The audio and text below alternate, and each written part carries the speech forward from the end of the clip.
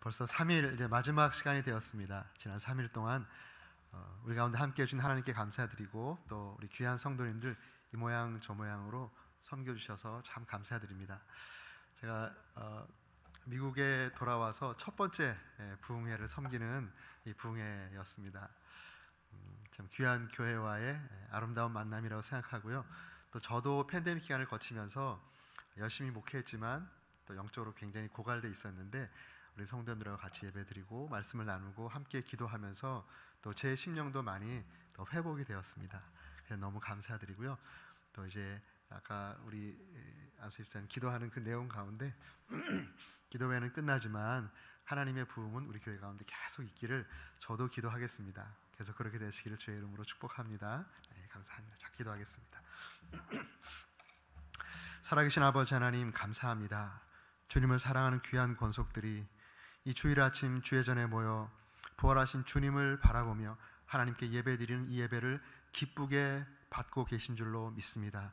주의 이 시간 우리 모두가 다시 한번 하나님의 말씀을 기대하며 주의 말씀 앞에 마음의 무릎을 조아리며 이 시간 앉아 있습니다. 하나님 아버지 하늘의 문을 활짝 열어주시고 하나님 말씀을 선포해 주시고 또 진리의 성령께서 우리 각자에게 주시는 세미한 하나님의 음성이 들려지는 복된 시간 될 수 있도록 은혜 베풀어 주시옵소서. 부족한 자를 사용해 주셔서 감사합니다. 이 마지막 시간까지 저 연약함을 가려워 주시고 하나님의 말씀의 도구로 하나님 말씀을 잘 수종들 수 있도록 하나님 도와 주시옵소서. 주님 사랑합니다. 영원히 주님만을 사랑합니다. 예수님의 존귀하신 이름으로 기도했습니다. 아멘. 이 반석 위에 내가 내 교회를 세우리라 우리 주님께서 선포하신 이후에 성령을 보내시고 이 땅 가운데 주님의 귀한 교회, 몸된 교회들이 이렇게 탄생이 되었죠. 그 교회들에게 나타났던 정말 놀라운 그 하나님의 역사들을 우리가 바라보면서 지금 우리가 섬기는 교회를 어떻게 주님의 주도 아래서 세워갈 것인가 함께 고민하면서 기도하는 지난 이틀을 보내왔는데요. 이제 오늘은 그 마지막 시간으로 데살로니가 교회에 데살로니가 교회가 어떻게 정말 세워졌는지 또 어떠한 영향력을 끼쳤는지 같이 한번 살펴보면서 우리 교회가 또 데살로니가 교회 같은 그러한 건강하고 영향력 있는 교회로 존귀하게 쓰임 받기를 바라는 마음으로 이 말씀에 함께 동참해 보겠습니다. 데살로니가 교회에 대한 그 내용은 데살로니가 전서에서 잘 나오고 있는데요. 데살로니가 교회가 어떻게 개척이 되었는가 이것은 사도행전 17장에 보면 나와 있습니다. 사도행전 17장에 보면 16장에 빌립보에서 복음을 전하고 빌립보 교회가 세워진 이야기를 여러분 들으셨는데요.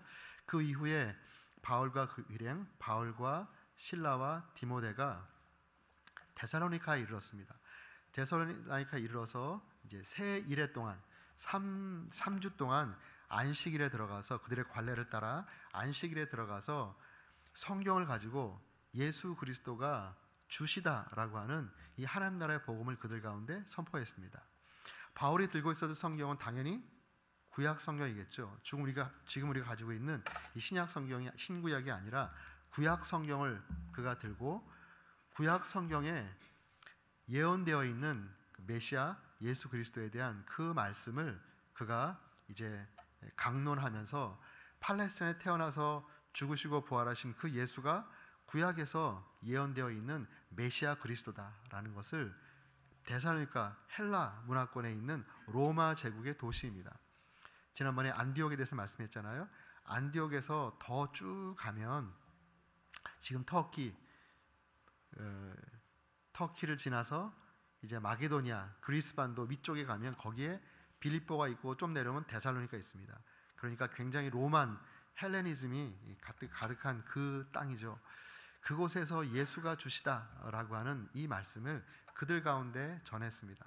그럴 때 성경에 보면 경건한 헬라인의 큰 무리가 죽게 돌아오고 또 적지 않은 귀부인들이 죽게 돌아와서 데살로니가 교회가 탄생하게 되었습니다. 그런데 어쩔 수 없이 이 바울은 그곳을 떠나야만 했습니다. 왜냐하면 이것을 시기했던 유대인들이 바울을 공격하기 시작합니다.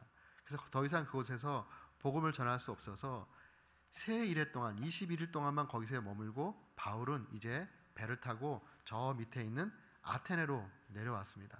아테네로 내려와 있는데 바울의 마음 가운데 지금 각 복음을 믿고 복음을 받아들이고 구원받은 그 성도들이 이제 교회를 이루게 되었는데요. 그 교회가 어떻게 저렇게 시기하고 자기를 괴롭혔던 유대인들의 이러한 등살에 잘 보존되어 있을까 걱정스러웠겠죠. 성경에 보면 그래서 디모데와 실라를 마게도니아에 남겨놓고 바울만 내려오게 됩니다. 그리고 바울이 아데네에서 이제 복음을 전하다가 그 다음에 옆에 있는 항구 도시인 고린도로 가서 이제 복음을 전하고 있었습니다. 그런데 바울의 마음 가운데서는 계속 지금 데살로니가 교회에서 복음의 역사가 활발하게 일어났고, 그리고 헬라인의 수많은 사람들이 몰려들어서 교회가 형성이 되었는데, 갓 태어난 이 교회, 갓 태어난 그리스도인들이 지금 그 상황 가운데 잘 믿음을 유지하고 있는가 굉장히 궁금했겠죠. 그렇게 시간을 보내고 있는데 사도행전 18장 5절에 보면 마게도에 남겨놓았던 디모데와 실라가 고린도에 찾아와서 바울을 만납니다. 바울을 만나서 바울에게 데살로니가 교회의 소식을 전해주는 것입니다. 바울이 아마 너무너무 반가운 마음으로 그들을 만나는 것도 반가웠겠지만 지금 데살로니가 교회가 어떻게 되었는지 굉장히 궁금하면서 물어봤을 것이에요. 그때 그들이 이야기해 줍니다. 데살로니가 교회가 짧은 시간인데 굉장히 건강한 교회로 성장이 되었습니다. 또 그 주변의 사람들에게 좋은 영향을 끼치고 있습니다. 이런 소식을 전해준 것입니다. 이 소식을 들은 바울이 너무너무 기쁘고 감사해서 바로 그 자리에서 2차 전도여행이 진행되고 있던 고린도 6개월 동안 머물게 되잖아요. 그 고린도에서 데살로니가 교회에 편지를 쓴 것이 지금 저와 여러분이 읽고 있었던 데살로니가 전서 1장입니다. 거기에 보면 어떻게 데살로니가 교회를 설명하고 있냐면 3절 말씀, 1장 3절 말씀에 너희의 믿음의 역사와 사랑의 수고와 우리 주 예수 그리스도에 대한 소망의 인내를 우리 하나님 아버지 앞에서 끊임없이 기억하매니. 들은 내용을 이제 얘기하는 것이죠.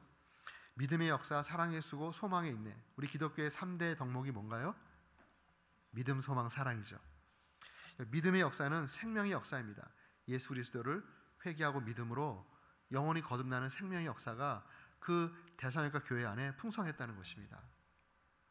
교회는 갓 거듭난 사람들의 그러한 그 생명을 바라볼 때 교회가 너무너무 힘이 있는 것이죠.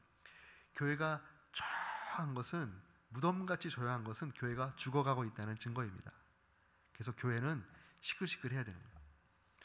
또 우리 가정에서 아기가 태어나면 아기 울음소리, 아기 때문에 정신이 없잖아요. 엄마 아빠가 정신없이 아기 돌보느라고 일상이 다 깨지잖아요.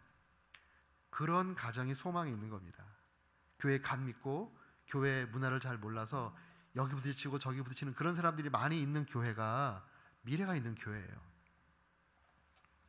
얼마 전에 한 분이 영접하고 이제 구원받고 교회 나오게 되셨는데, 제가 지금 섬기는 리치몬드 교회에서, 근데 그분이 주보라는 말을 잘 모르잖아요. 그러니까 교회 매주 나오는 팜플렛 좀 달라고 그러더라고요. 팜플렛 좀. 근데 그런 말을 들을 때 제가 너무너무 기쁜 거예요. 또 목사가 뭐 하는 사람인지, 장로님이 누군지 이런 거 잘 몰라가지고 그냥 이상하게 행동하고 그러는 것이 너무너무 보기 좋은 거예요. 교회는 그래야 되는 것입니다. 그런데 데살로니가 교회가 갓 믿은 사람들이 믿음의 역사가 있는 것이죠. 여기 믿음의 역사에 대해서 9절 말씀에 좀 더 자세히 말씀하고 있는데, 1장 9절 말씀에 그들이 우리에 대해서 스스로 말하기를 우리가 어떻게 너희 가운데서 들어갔는지와 너희가 어떻게 우상을 버리고 하나님께 돌아와서 살아계시고 참되신 하나님을 섬기는지. 이게 믿음의 역사죠. 그들이 섬기던 우상을 버리고 하나님께로 돌아와서 살아계시고 참되신 하나님을 섬기는 것, 이러한 역사가 그들 가운데 있었다는 것입니다. 그리고 사랑의 수고, labor of love, 사랑에 기인한 그러한 헌신과 봉사, 서로 섬기는 이러한 것이 넘쳤던 그러한 교회입니다. 그리고 우리 주 예수 그리스도에 대한 소망에 있네. 주님께서 재림하실 것이다.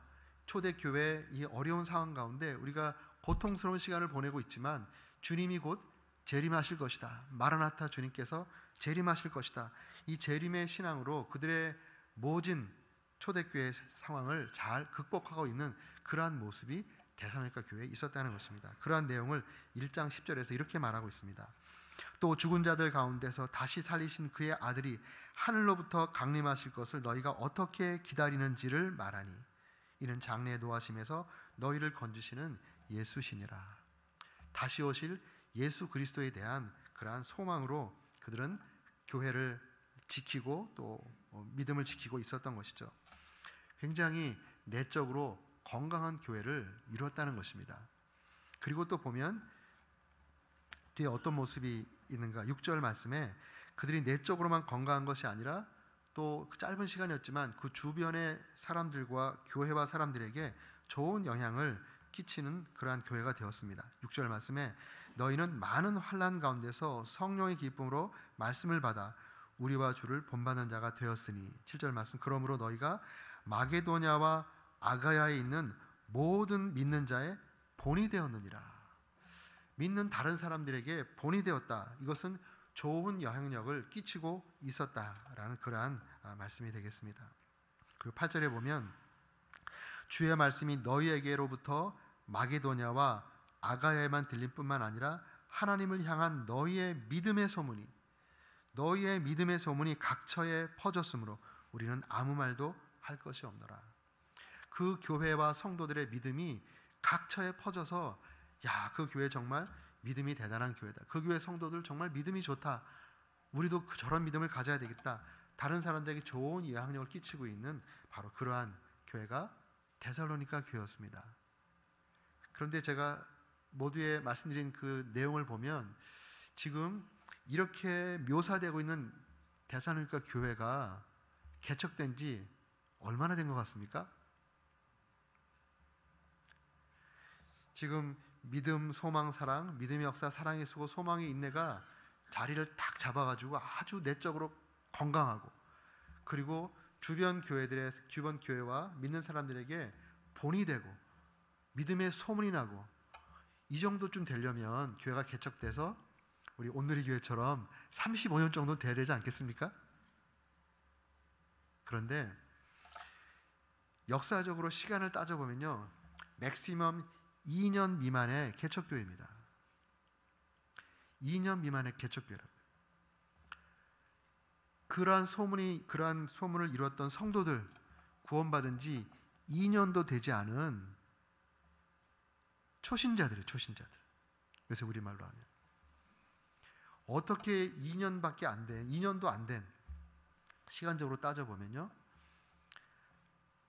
바울과 실라와 디모데가 데살로니가에서 복음을 전하고 그들이 예수님을 영접하고 데살로니가 교회가 이루어졌잖아요. 그 다음에 바울이 도망쳐 나와서 이제 고린도에서 복음을 전하고 있는데 거기 남겨놓았던 디모데와 실라가 와서 바울에게 이러한 교회 소식을 전해줬기 때문에 바울이 6개월 있는 그 기간 동안에 이 편지를 써서 보낸 것입니다. 그렇게 봤을 때 바울의 전도 여행, 두 번째 전도 여행을 AD 51년에서 52년으로 봅니다. 약 2년 정도를 보는데 제가 2년이라고 말한 것도 긴 거예요, 사실은. 어떻게 보면 1년 정도밖에 안 된 교회예요. 1년 정도밖에 안 된 성도들이 이러한 모습을 이루고 있었다는 것입니다. 어떻게 이러한 일이 가능할까? 어떻게 이러한 역사가 교회 가운데 일어날 수 있을까? 그것은 오늘 함께 읽으신 본문의 말씀, 한 구절의 말씀이 그것을 말해주고 있는 것입니다. 곧 말씀의 능력입니다. 하나님 말씀의 능력이 1년도 안 된 성도, 맥시멈으로 2년도 안 된 성도를, 그렇게 건강한 성도, 영향력 있는 성도를 만들었다는 것입니다. 개척된 지 1년도 안 된 교회, 어쩌면 맥시멈으로 2년도 안 된 교회를 그렇게 건강하고 영향력 있는 교회로 만들었다는 것이에요. 13절에 보면 그러므로 우리가 하나님께 끊임없이 감사함은 너희가 우리에게 들은 바 하나님의 말씀을 받을 때에 사람의 말로 받지 아니하고 하나님의 말씀으로 받음이니 진실로 그러하도다. 이 말씀이 또한 너희 믿는 자 가운데 에너지가 돼서 역사하였다. 말씀의 역사가 있으니까 믿은 지 얼마 안 된 초신자가 이렇게 건강하고 영향 있는 성도가 되는 것입니다. 개척된 지 얼마 안 된 교회가 이렇게 건강하고 영향력 있는 교회가 되는 것이에요. 곧 말씀의 역사죠. 신앙생활을 이렇게 하다 보면요, 신앙생활 오래 한 분들, 테스트 오브 타임, 오랜 시간의 연단을 거친 분들이 견고한 신앙을 갖고 있는 가능성이 많습니다. 그런데 not everybody, 모든 사람이 그렇지 않다는 거예요. 신앙생활, 교회생활을 오래 했는데 10년, 20년, 30년 했는데 변화가 없어요. 교회가 개척된 지 오래됐는데 변화가 없어요. 뭔가 문제가 있는 거죠? 뭐가 가장 큰 문제일까요? 하나님의 말씀이 말씀대로 역사하지 않았기 때문에 그렇습니다. 하나님의 말씀은 놀라운 능력이 있어요. 사람을 변화시키는 놀라운 능력이 있습니다. 근데 이 하나님 말씀이 하나님 말씀대로 역사하면 사람이 바뀌게 돼 있어요. 오래 신앙생활을 바뀌는 게 아니고요, 하나님 말씀이 역사하면 오랜 신앙생활을 했든 아니면 간 믿었든 간에 사람이 바뀌게 돼 있습니다. 교회도 마찬가지. 대산일교 교회가 바로 좋은 그러한 모델입니다. 그런데 여기 보면 하나님 말씀을 받을 때에, 하나님 말씀으로 받음이니, 여기서 굉장히 중요한 단어가 있습니다. 뭘까요? 받음입니다. 받음. 하나님 말씀은 듣는 게 아니에요. 성경적인 표현을 빌자면 하나님 말씀은 받는 겁니다. 받는 거. 듣는 거하고 받는 거는 굉장히 다릅니다. 듣는 거는 듣고 평가하든지 듣고 흘려보내든지, 많은 분들이 설교를 그냥 듣고 평가를 해요. 제가 늘사랑교회 사역을 하다 보니까 신학교 바로 옆에 있잖아요. 좀 열심히 있는 분들이 신학교를 많이 갔어요. 또 저는 또 신학교 공부 많이 하고, 그리고 세컨드 라이프 있으니까 은퇴하시고 세컨드 라이프 주를 위해서 선교지에 가시든지 또 어려운 가서 섬기시라고 굉장히 많이 독려를 해서, 저희 교회 안수집사님, 초대 안수집사님 6분 가운데 4분이 신학교를 졸업했어요. 3분이 MD를 하고 1분이 상담을 하고 3분이 선교를 하고 있습니다. 은퇴한 다음에 교회에서 막 이러지 않아요. 이제 내가 셀프 서포팅 할 수 있게 됐으니까 이제 교회 안에는 일꾼들이 많으니까 밖에 나가서 섬기는 거예요. 이제 그런 상황 가운데 이제 신학교를 또 간 분들이 많고, 또 저녁에 그 야간 학부가 있는, 야간 MD부 과정이 있는데요. 야간 MD부 과정에 10분의 1이 우리 집사님들 때도 있었습니다. 그런데 신학을 공부하려면 잘해야 돼요. 신학 공부를 잘하면 괜히 귀만 높아지고 설교를 평가하는 자가 됩니다. 근데 그 중에 한 분이 계셨어요. 이분이 이러시는 거예요. 어느 날, 목사님 오늘 설교 좋았습니다. 98점. 제가 깜짝 놀랐습니다. 아이고, 저분은 신학을 공부 안 했으면 좋았을 뻔했다. 은혜 받고 말씀을 받고 그 말씀으로 자기가 어떻게 변화될 것인가, 이거를 고민해야지. 저 설교 지금 98점이네. 이 점수 매기고 있는 저 심령으로 참 어렵다. 근데 아니나 다를까 이단에 빠져버렸어요. 이단에 빠지는 사람의 특징이 교만한 사람입니다. 교만한 사람. 제가 너무 생각할수록 너무너무 제 마음의 고통입니다. 제가 잘 못 인도해서 그런 결과가 돼서 제가 가슴이 아프죠. 하나님 말씀이 하나님 말씀대로 선포되고 하나님 말씀의 역사가 성도의 삶과 교회 가운데 그대로 드러나기 위해서는 두 사이드가 하나님 앞에 말씀을 잘 다뤄야 됩니다. 그 첫 번째는 말씀을 나누는 사람입니다. 말씀을 전하는 자가 너무너무 중요한 것이에요. 사도 바울이 사도행전 17장에 보면 대사교회 말씀을 전할 때 자기의 어떤 경험으로, 자기의 지식으로 말하지 않았습니다. 그의 손에는 성경이 들려 있었습니다. 구약의 성경을 가지고 거기에 성경을 강론했다. 성경의 내용을, 성경의 말씀을 들어서 그리고 그 말씀을 전한 것이죠. 그런데 사도 바울이 그전에도 구약의 대학자였어요. 예수 그리스도를 만나기 전에, 부활하신 예수 그리스도를 만나기 전에도 그는 구약의 내노라 하는 학자였습니다. 그런데 그때는 이 구약의 메시아가 지금 이 땅에 오신 예수 그리스도인 줄을 몰랐죠. 부활하신 예수 그리스도를 만나고 변화된 다음에, 그리고 구약을 보니까 구약 구석구석에 걸어다니는 예수 그리스도를 만나게 된 겁니다. 그래서 그 만남을 가지고 이 구약을 가지고 예수 그리스도의 복음을 증거한 것이죠. 만약에 바울이 성경은 손에 들었지만 세상적인 허접한 이야기를 말했다면 거기에는 하나님 말씀의 역사가 없었을 것입니다. 그런데 성경을 성경대로, 성경에 있는 내용, 예수 그리스도와 또 성경의 그 말씀을 그대로 전하니까 진리의 성령께서 그들 가운데 역사하시며 사람들이 변화되는 놀라운 역사가 일어나게 된 것입니다. 우리 성도님들은 이 자리에 오셨을 때 목사의 말을 듣기 위해서 오시지 않았죠? 목사의 어떤 세상적인 지식을 받으려고 오셨습니까? 아니죠. 어떻게 오셨어요? 예배드리면서 이 시간에 하나님 말씀을 들으려고 지금 하나님 앞에 계신 거잖아요.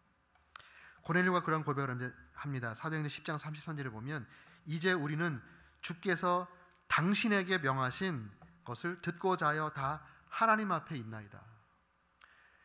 하나님께서 베드로에게 주신 그 말씀, 하나님 말씀을 듣기 위해서 지금 하나님 앞에 있다고. 그들 앞에 말씀을 전하는 사람은 베드로입니다. 그렇지만 그들의 마음의 태도는 그 베드로에게 주신 하나님 말씀을 듣기 위해서 베드로를 깍듯하게 모시고 그리고 그 앞에서 하나님의 말씀을 듣는 자세로 말씀을 들었죠. 베드로는 가서 자기의 말을 하는 것이 아니라 하나님께 주신 그 메시지를 가서 전해야 되는 것이죠. 예수님도 그러셨습니다. 예수님도 이 땅에 계실 때 뭐라고 말씀하셨냐면 요한복음 17장 8절에 보면 나는 아버지께서 내게 주신 말씀, 나는 아버지께서 내게 주신 말씀, 레마, 내게 주신 말씀들을 그들에게 주었사오니. 심지어는 예수 그리스도도 이 땅에서 하나님 말씀을 선포하실 때 어떤 표현을 쓰냐면 아버지께서 내게 주신 말씀을 그들에게 주었다 이렇게 말합니다. 그러면 설교자에서 설교할 때 설교자가 성경 말씀을 통해서 하신 말씀을 잘 듣고 성경 말씀에 있는 말씀을 증거해야 되겠죠. 이건 설교자의 몫입니다. 설교 본문 읽어놓고 이런저런 얘기, 잡다한 얘기, 무슨 책에서 뭐 요새 자기 개발서 같은 거 이런 거 읽고서 그런 거나 계속 얘기하고 있는 그런 곳에는 말씀의 능력이 나타나질 않습니다. 말씀의 능력은 힘들지만 때때로 우리 심령을 찔러 쪼개는 아픔이 있더라도 성경 말씀 그대로 선포될 때, 또 설교자는 성경 말씀을 그대로 선포하는 하나님 앞에서의 열정과 또 용기가 있어야 됩니다. 그래서 어제 말씀드린 것처럼 설교라고 하는 것은 audacious act다.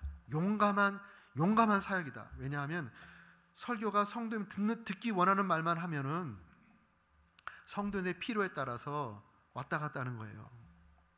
그런데 우리의 필요가 항상 정당한 것이 아닙니다. 우리가 듣고 싶어하는 말이 항상 옳은 것이 아니에요. 정말 옳은 것은 뭡니까? 하나님 말씀입니다. 설교자는 성도들의 어떤 필요를 우리가 기도하지만 그 필요에 따라서 강단이 좌지우지돼서는 같이 죽는 거예요. 하나님 말씀 역사가 나타나지 않는 것입니다. 이 강단의 정말 필요는 하나님의 필요에 집중하는 거예요.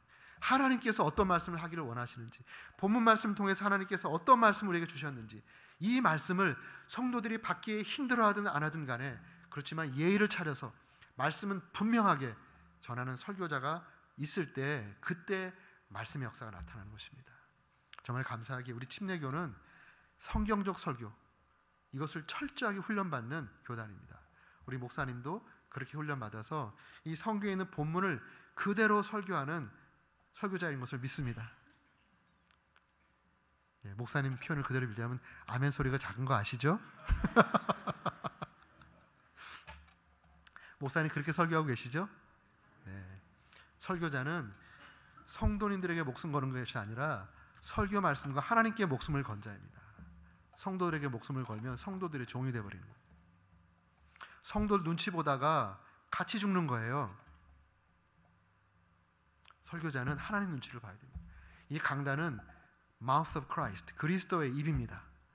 그렇기 때문에 주님께서 이 강단을 통해서 오늘 무슨 말씀을 하기를 원하시는지 그것을 성경 말씀을 통해서 충분히 묵상하고 본문이 말씀하는 것이라면 때때로 그것이 설교자 자신과 회중들에게 아픔이 되는 말씀이라도 예의 바르게 분명하게 선포할 때 그때 하나님께서 그 말씀을 통해서 말씀의 능력이 나타나게 하는 것입니다. 저는 목사님이 계속해서 성경적인 설교, 성도님들의 필요를 갖고 기도하지만 필요의 이 강단이 춤추지 않고 하나님의 필요에 맞춰서 선포하는 그런 설교자로 계속 설교해 주실 것을 부탁드립니다. 설교자는 그렇게 설교를 해야 되고요. 두 번째, 설교자가 만약에 그렇게 설교를 한다고 가정했을 때 두 번째 몫은 말씀의 역사가 나타나고 교회가 말씀에 이끌림 바 되는 교회가 되기 위해서, 또 세워지는 교회가 되기 위해서 회중들의 몫이 있습니다. 회중들의 몫. 회중들의 몫은 무엇입니까? 분명히 강단에 선포되는 그 말씀이 성경 말씀에 나온 그 말씀이라면 그것이 내 심령 골수를 찔러 쪼개서 아픔이 있다 할지라도 아멘으로 말씀을 받는 것입니다. 아멘? 예, 말씀을 받는 것이죠. 여기 1장 6절에 보면 이렇게 말합니다. 또 너희는 많은 환난 가운데서 성령의 기쁨으로 말씀을 받아. 1장 6절에 이러한 역사가 있었기 때문에 데살로니가 교회에 말씀이 믿는 자들 가운데 능력으로 역사를 한 것입니다.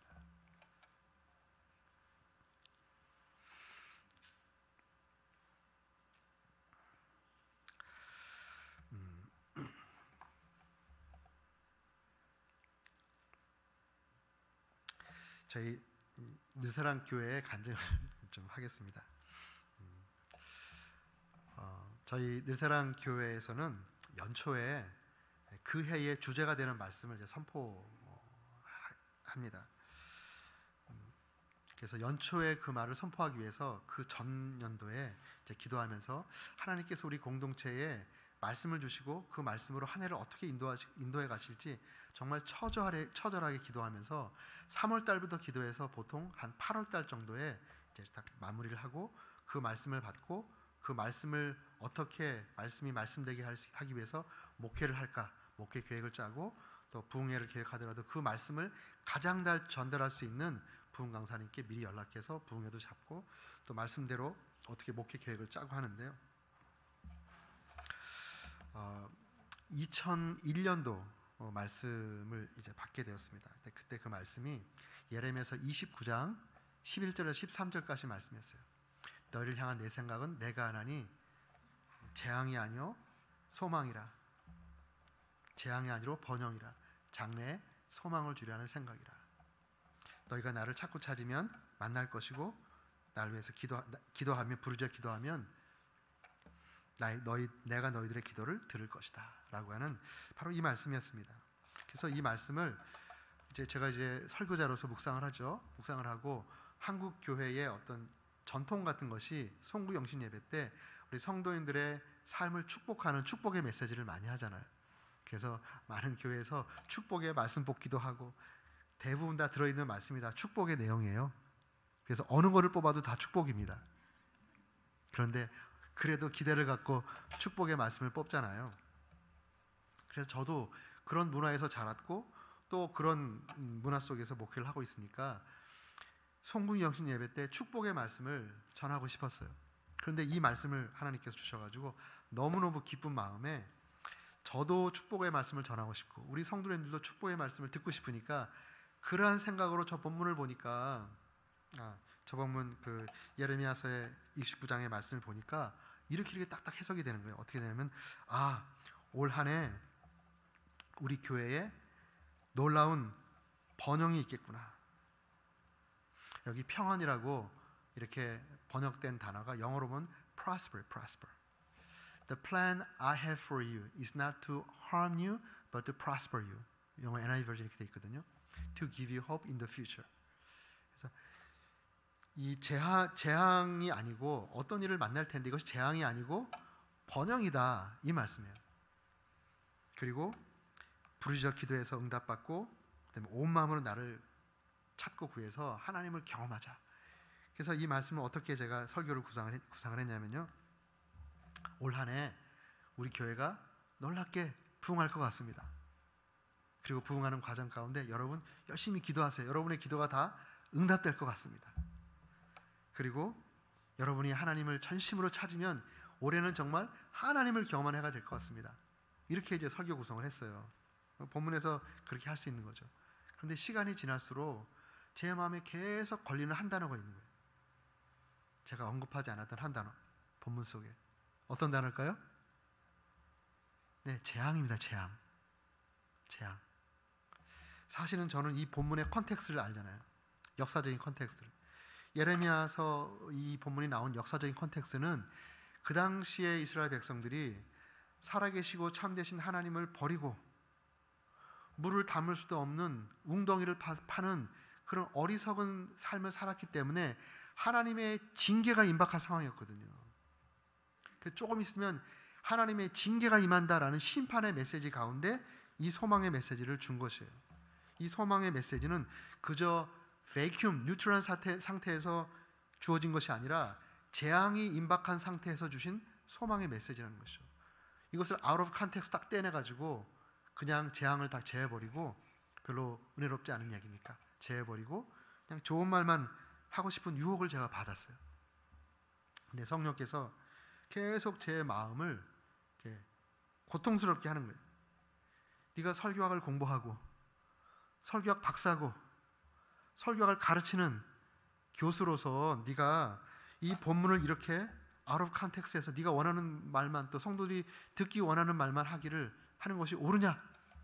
계속 저를 괴롭히는 거예요. 그래서 제가 하나님 앞에 손 들었습니다. 손 들고, 주님, 그러면 제가 하고 싶은 설교 내용은 끝말을 같지만 앞에 부분에 얘기했던 것을 제가 그대로 말하겠습니다. 제가 설교를 어떻게 좀 더 그 본문 내에 입각하게 했냐면요, 올 한 해 우리의 삶 가운데, 우리 교회의 삶 가운데 재앙을 만났다라고는 그런 상황을 만날 수도 있겠습니다. 그럴 때 그 재앙이다, 재앙을 맞았다라고 그런 상황을 혹시라도 개인적으로 교회 공동체적으로 만나게 되면 그 재앙은 본문에 의하면 하나님의 연단과 징계니까 거기에서 낙심하지 말고 주님 앞에 부르짖어 기도하고 주님 앞에 나가서 간절히 하나님을 찾음으로 이 재앙이 우리에게 평안이 되고 번영이 되게 하십시다 라고 이렇게 설교를 했어요. 전체적인 분위기가 좀 다르죠. 축복을 기대하는 그런 성도님들의 기대에 별로 맞지 않는 설교였어요. 그리고 이제 그날 성구영신 예배를 이제 마쳤습니다. 그리고 이제 한 해를 시작하는데 그때 마침 묵상하게 된 말씀이 여호수아서 말씀이에요. 저는 큐티 설교를 하거든요. 그래서 큐티 한 주간 한 것 가운데 이미 교회 공동체에 하나님께서 말씀하신 그 말씀 가운데 개인적으로 큐티하고 개인적으로 새벽 설교하지만 그 하지 못하는 분, 또 우리 교회 공동체 전체적으로 다 같이 들어야 할 말씀을 주일날 강단에서 이제 설교를 합니다. 그래서 제가 하고 싶은 설교를 한 것이 아니라 주님께서 이미 주신 말씀 가운데 주님께서 하고 싶은 말씀을 수종드는 그러한 포맷으로 제가 이제 주일날 설교를 하는데요. 그때 마침 2001년도 생명의 삶 큐티 본문이 여호수아서예요. 그리고 2001년도 한국에서 뉴 밀레니얼리즘 해가지고 막 굉장히 그 사회적인 분위기가 그랬거든요. 그래가지고 막 뭐 미래를 향해서 뭐 막 이런 분위기여서 잘 맞아서 좋았어요. 근데 첫 출발에 재앙이 있을지 모릅니다 이 말을 했잖아요. 그리고 이제 한 해가 시작돼서 이제 새벽 설교 쭉 하고 나가고 이제 첫 주일날 신년 주일 예배 설교 때 그때 위대한 미래를 향하여라고 하면서 이제 그 여호수아서 3장에 있는 말씀으로 신년 주일 예배 설교를 잘 준비해서 이제 설교하려고 딱 준비하고 있는데 주일 아침에 교회에서 연락이 왔어요. 그 전에 이제 눈이 많이 왔거든요. 주일 아침에 이제 교회에서 연락이 왔어요. 연락이 전사님이 전화를 딱 하셨는데, 목사님 큰일 났습니다. 우리 교회가 눈에 무너졌습니다. 이러는 거예요. 2001년도 토요일 저녁 1월 6일입니다. 1월 6일 밤이 대전에 기상청이 생긴 이래로 가장 눈이 많이 온 밤이에요. 저희 교회가 가건물이었다 그랬잖아요. 창고로 지어진 가건물.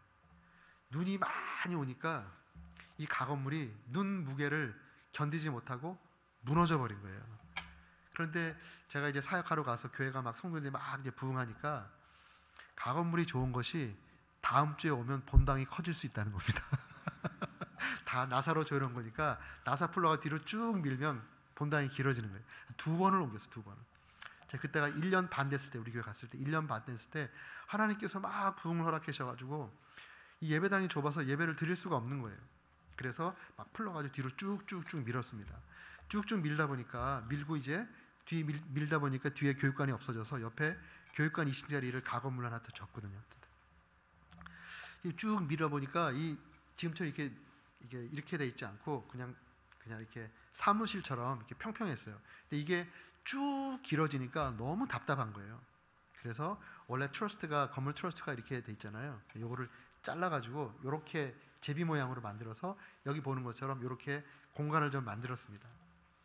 그렇게 만들어서 그런지 이 트러스트를 손대서 그런지 이 건물이 눈의 무게에 그냥 빡 깨지면서 쾅 주저앉아 버린 겁니다. 아이고 큰일 날 뻔했죠. 나중에 얘기 들어보니까 저는 주일날 새벽기도는 제가 나가지 않았었는데 주일날 새벽기도 하는 분들이 계셨어요. 근데 그 눈 온데도 그 눈을 헤치고 새벽기도 오신 분들이 기도를 하는데 뭐가 뚝뚝 소리가 막 났었대요. 그런데 그분들이 기도 다 마치고 가시고, 그리고 1부 9시, 2부 11시 예배를 드리고 있었는데요. 1부 9시 예배를 준비하기 위해서 찬양팀하고 전사님이 이제 8시 정도 교회에 오시는데 그때 눈이 너무 많이 와가지고 좀 늦게 오신 거예요. 그런데 새벽기도 끝나고 찬양팀이 연습하러 오기 바로 그 사이에 폭삭 무너진 겁니다. 만약에 2부 예배 드리다가 이 예배당이 무너졌으면 대형 사고 날 뻔했죠. 그때 예배당이 꽉 찼을 때니까. 그래서 그렇게 무너져 버렸어요.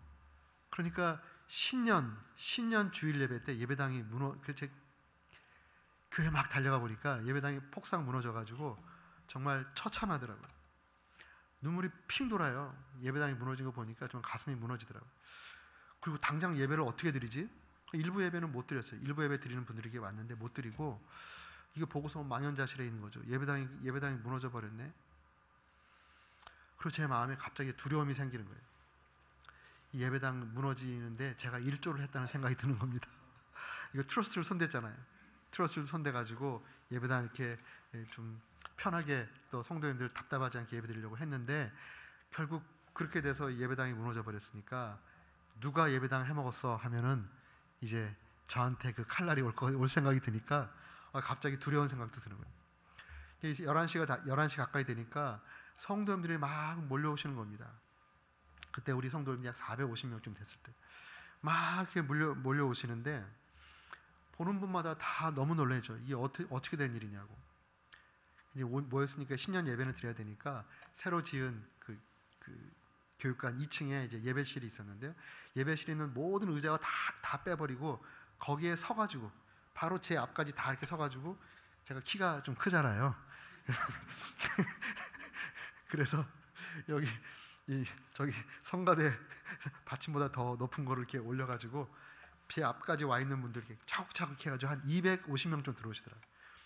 거의 빠구기 하고 옆에 문 열어가지고 나머지 한 200분 정도는 바깥에 눈 위에 서가지고 이 흘러나가는 소리로 그렇게 예배를 드렸어요. 지금 무슨 설교를 했는지 기억도 안 납니다. 그리고 예배 끝나고 이제 대책회의가 딱 열리게 됐습니다. 대책회의가 딱 열렸는데 제가 마음이 너무너무 이렇게 어두웠어요. 우리 그 당시, 지금도 그렇지만 그 늘사랑 교회 대부분이 과학자들이에요. 실험 많이 하는 분들입니다. 이분들은 실험에서 실패하면 왜 실패했는지를 찾아가지고 실험을 다르게 걸기 때문에 어떤 상황이 벌어지면 원인을 규명하는 도사들이에요. 도사들. 저희 늘사랑 교회가 연구단지 안에 있었기 때문에 안수집사님이 6분이었는데 박사학위가 7개예요. 다 박사들이에요. 다 박사들. 어떤 분은 박사학위가 2개예요.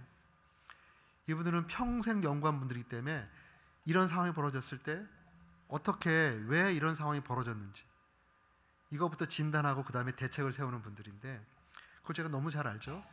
그래서 회의에 딱 들어갔는데 제 마음이 되게 무거웠어요. 얼굴도 무거웠나 봐요. 그런데 그 중에 한 분이 제 어깨를 다 감싸는 거예요. 굉장히 키가 크신 우리 안수집사님 계셨는데 그분이 제 어깨를 다 감싸는 거예요. 목사님 걱정하지 마세요. 하나님이 목사님 통해서 미리 말씀하셨잖아요. 재앙 같은 일을 당한다 할지라도 그 재앙이 아니라 번영으로 가는 길목에 있는 그러한 하나의 지나가는 사건이기 때문에 우리가 기도하면 응답받을 것이고 이런 사건을 통해서 하나님 경험할 것이라고 목사님을 입을 통해서 하나님께서 말씀하셨잖아요.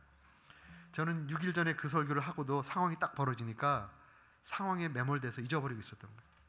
근데 그분은 그것을 하나님 말씀으로 받고 마음에 새기고 있었던 거예요. 그리고 오히려 저를 위로하시더라고요.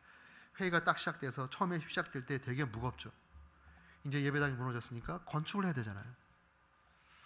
선교를 많이 하는데 지난번에 말씀드렸지만 연말 되면 돈이 하나도 없는 이런 상황 가운데 건축을 하려면 얼마나 또 힘들겠어요.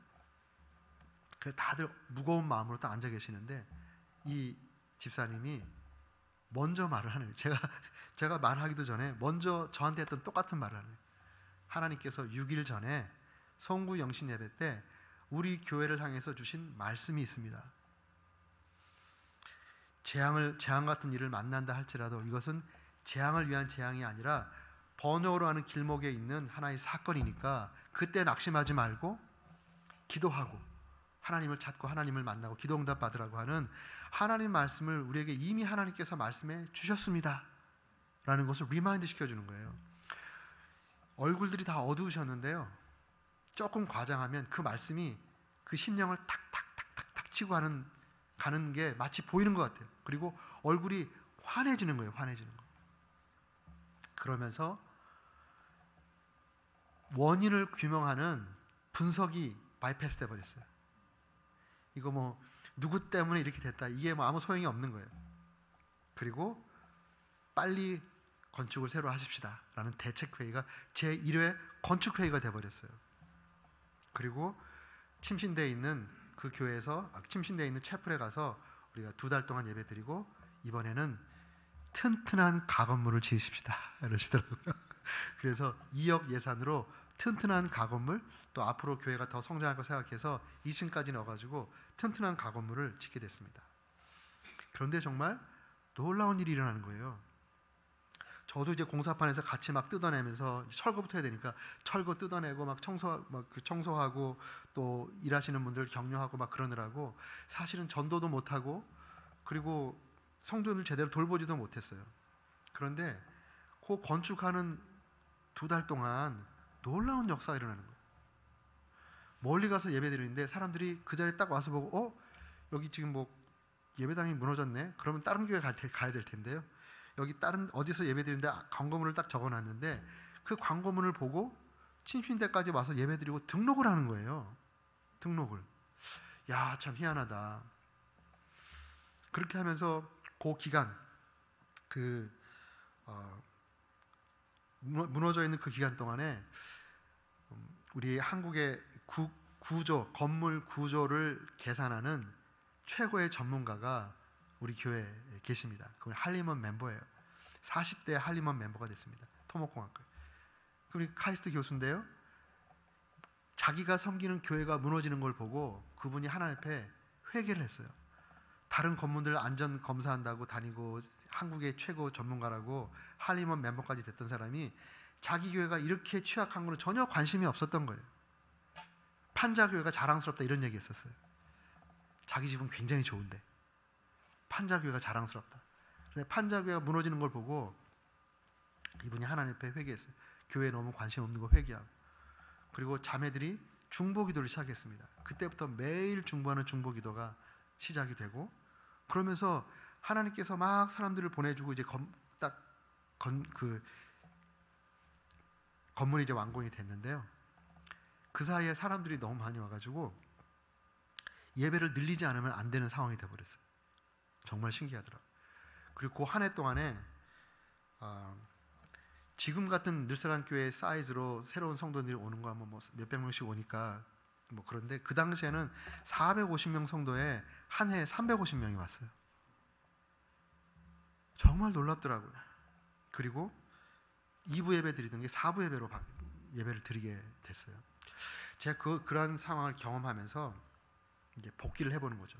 만약에 설교자 입장에서 성도들이 듣기 원하는 그러한 설교를 했다면 강단의 권위는 무너졌을 거예요. 처음에 생각했던 대로 올 한 해 우리 교회가 엄청 번영할 것입니다. 기도하면 기도응답 받을 것입니다. 그리고 하나님을 경험할 것입니다. 하나님 찾으면. 요것만 컨텍스트를 빼고 요것만 얘기했다면 무너지는 그 자리에서 같이 무너졌을 거예요. 이 사탕 발림 설교구나. 이 설교는 저 설교자는 사탕 발림하는 설교자구나. 하나님 말씀의 종이 아니구나 라고 저를 생각했을 것이고 이 강단의 권위가 무너졌을 거예요. 그러니까 등에 식은땀이 날 정도입니다. 만약에 그때 제가 스트럭을 하다가 타협을 해버렸으면 강단의 권위는 무너졌을 것입니다. 강단의 권위가 무너진 것뿐만 아니라 느사랑 교회는 없을 것입니다. 그런데 감사하게도 그러한 것이 무너졌을 제 입장에서는 그렇게 설교를 하고 또 설교를 듣는 분들은 하나님의 말씀으로 받아서 그런 상황이 됐을 때 그 말씀을 거기에 적용을 했다는 것입니다. 그러니까 그 다음에 교회에 하나님의 놀라운 역사가 일어났어요. 그로부터 계속해서 매년 하나님 주시는 그 말씀이 교회를 만들어가는 거예요. 그래서 늘사랑 교회 하면 말씀이 이끌어가는 교회. 이게 브랜드네임입니다. 브랜드네임. 말씀이 이끌어가는 교회. 담임 목사가 이끌어가는 교회, 탁월한 장로님들이 이끌어가는 교회, 이게 전혀 아닙니다. 말씀이 이끌어가는 교회. 이 말씀은 누가 주십니까? 예수님이 말씀을 주시기 때문에 예수님께서 친히 목회하는 교회. 예수님께서 친히 목회하시고 예수님이 담임 목사는 담임 목사 역할을 감당하게 하시고 또 다른 목사님들은 다른 목사 역할을 감당하게 하시고 성도들 각자의 자리에서 그 일을 감당하게 하시고 예수님께서 친히 오케스트링 하시면서 말씀과 성령으로 교회를 인도해 가시니까 주님께서 원하시는 교회의 모습대로 세워져 가는 것을 제가 경험을 하게 됐습니다.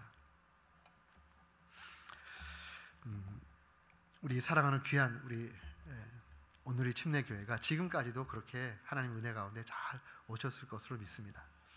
이제 앞으로 더 위대한 미래, 더 큰 영향력, 더 건강한 교회를 이루기 위해서 오늘 이제 마지막 이 데살로니가 교회를 통해서 말씀해 주신 말씀의 능력이 나타나는 교회, 말씀이 되는 교회, 그래서 말씀이 이끌어가는 교회, 예수님께서 친히 말씀과 성령으로 이끌어가는 교회, 또 여기 계신 한 분 한 분이 말씀의 사람이 되는 것, 말씀에 이끌림 받아 살아가는 인생들, 그렇게 되실 때 정말 하나님께서 여러분 한 분 한 분들을 위대하게 사용하실 것입니다.